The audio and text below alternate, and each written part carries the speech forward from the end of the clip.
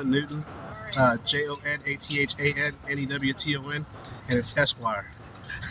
Got you. So, Jonathan, you have some very pointed things that you were saying earlier in regards to Mr. Hill. Yeah. Why don't you talk to us about that? Well, I mean, I think I'm clear when I say that Victor Hill is a criminal with a badge, and he's been so for quite some time. And the jury was able to see just a small glimpse of that. And so we're glad that justice was served. We're really thankful that the DOJ and the FBI did the investigation, did this prosecution to the level that they did it, and finally bring Mr. Hill to accountability. I think the record speaks for itself. The victims spoke for themselves, and were able to really give the jurors a clear picture of the type of torture that was done inside the Clayton County Jail at the hands of this sheriff. It was unlawful, it was unconstitutional, and it absolutely was a crime to which he is now going to face accountability for.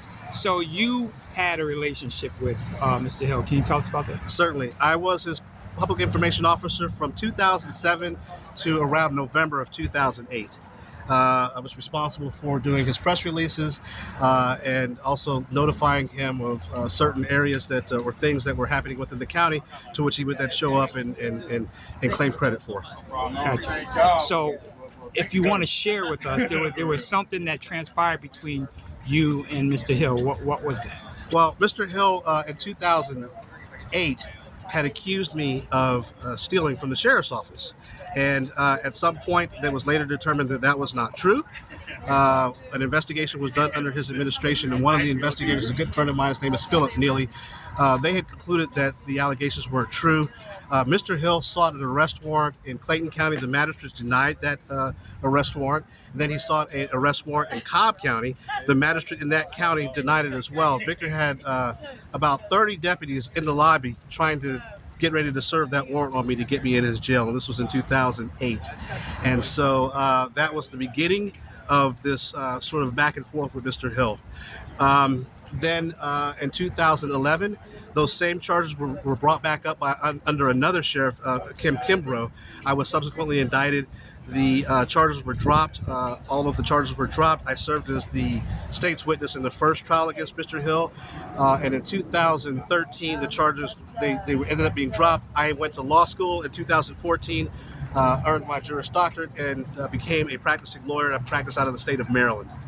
Gotcha. So there are a group of people who feel that Victor Hill did a great job as it relates to people in Clayton County, because some of the crime did actually go down. What would you say to those people who feel opposed to this sentencing or this conviction? You've been part of a mass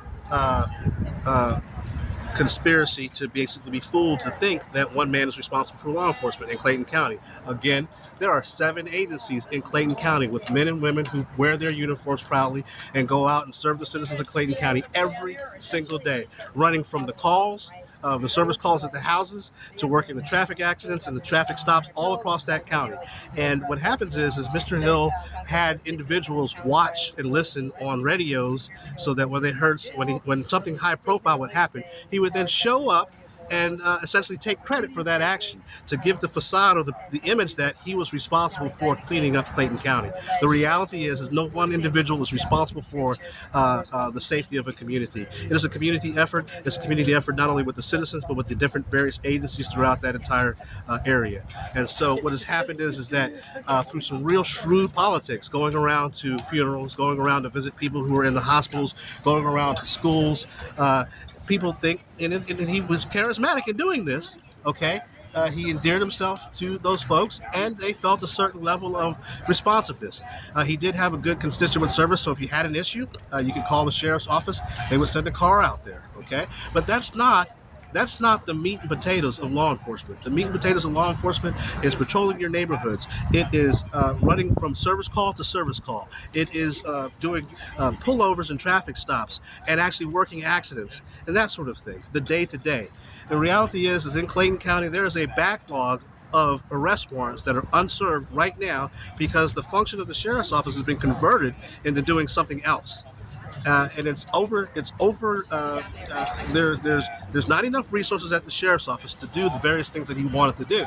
So what happens is those things, the things that are absolutely necessary, which are serving the warrants, got put to the side. And so you have a lot of people who are wanted running around Clayton County and likely doing criminal activity.